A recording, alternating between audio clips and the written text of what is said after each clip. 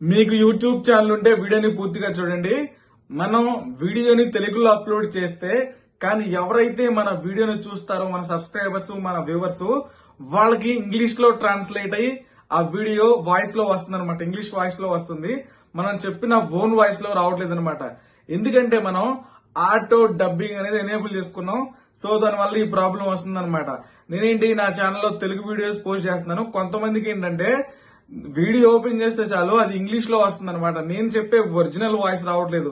మీకు కూడా ఈ ప్రాబ్లం ఉంటే ఆటో డబ్బింగ్ ఈ ప్రాబ్లం ఉంటే మీరేం చేసుకోవాలంటే మీ ఛానల్ డాష్ బోర్డ్ ఉంటుంది అనమాట.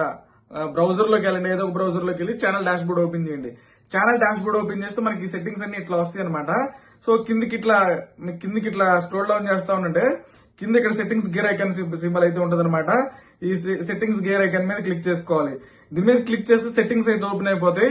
సెట్టింగ్స్ ఓపెన్ అయిపోయిన తర్వాత ఏం చేసుకోవాలంటే అప్లోడ్ డిఫాల్ట్స్ అని ఉంటది.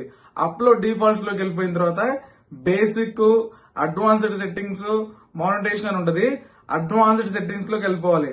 అడ్వాన్స్డ్ సెట్టింగ్స్ లోకి వెళ్ళి కింది స్క్రోల్ డౌన్ చేస్తా ఉంటే ఆటోమేటిక్ డబ్బింగ్ అని ఉంది.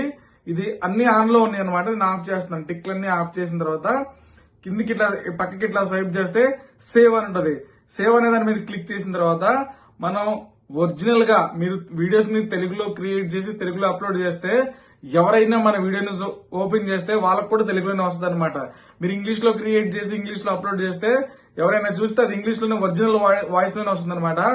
ఆటో డబ్బింగ్ అనేది పూర్తిగా ఆగిపోయింది. గైస్ గుర్తుపెట్టుకోండి, ఆటో డబ్బింగ్ అనేది యూజ్ అయింది కానీ మన వ్యూవర్స్ ఎక్కువ ఏ లాంగ్వేజ్ లో చూస్తున్నారో మనం ఏ లాంగ్వేజ్ లో అప్లోడ్ చేస్తున్నామో అదే ఒరిజినల్ వాయిస్ అయితేనే కరెక్ట్ గా ఉంటుంది అనమాట. ఇట్లా ఆటోమేటిక్ గా డబ్బింగ్ అయితే చూసే వాళ్ళకి చిరాకుగా ఉంటుంది అనమాట. నా ఛానల్ పేరు తెలుగు టెక్ ఆఫీస్. నేను తెలుగులోనే యూట్యూబ్ అప్డేట్స్, టెక్ వీడియోస్ చేస్తా ఉంటాను అనమాట. నా ఆడియన్స్ కూడా ఎక్కువ తెలుగు వాళ్లే.